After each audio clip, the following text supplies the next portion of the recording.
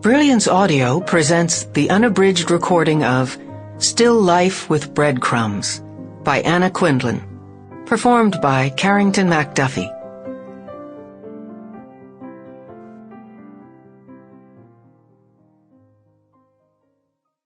For all the teachers who helped make my work possible, and for my favorite teacher, Teresa Quindlen. And did you get what you wanted from this life even so? I did. And what did you want? To call myself beloved, to feel myself beloved on the earth. Raymond Carver. No outlets. A few minutes after 2 in the morning, Rebecca Winter woke to the sound of a gunshot and sat up in bed.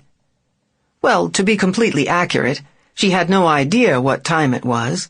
When she had moved into the ramshackle cottage in a hollow halfway up the mountain, it had taken her 2 days to realize that there was a worrisome soft spot in the kitchen floor, a loose step out to the backyard, and not one electrical outlet in the entire bedroom.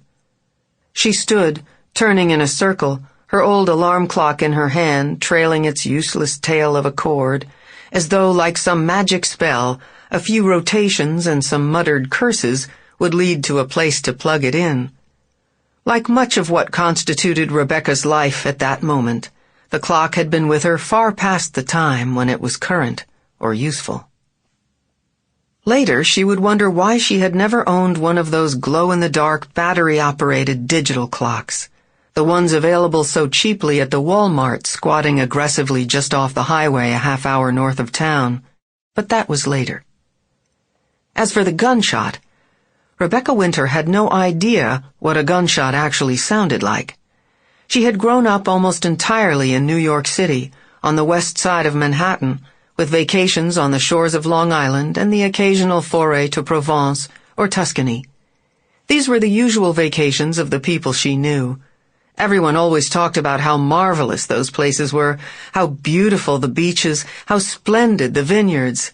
Marvelous, they said, rolling the word around in their mouths the way her husband Peter did with that first tasting of wine, pretending he knew more about it than he did, occasionally sending a bottle back to make a point. But for her family, which she had felt when she was a child hardly deserved the name, being composed of only a father, a mother, and a single child, the trips were never pleasant. Her parents... Sample complete. Ready to continue?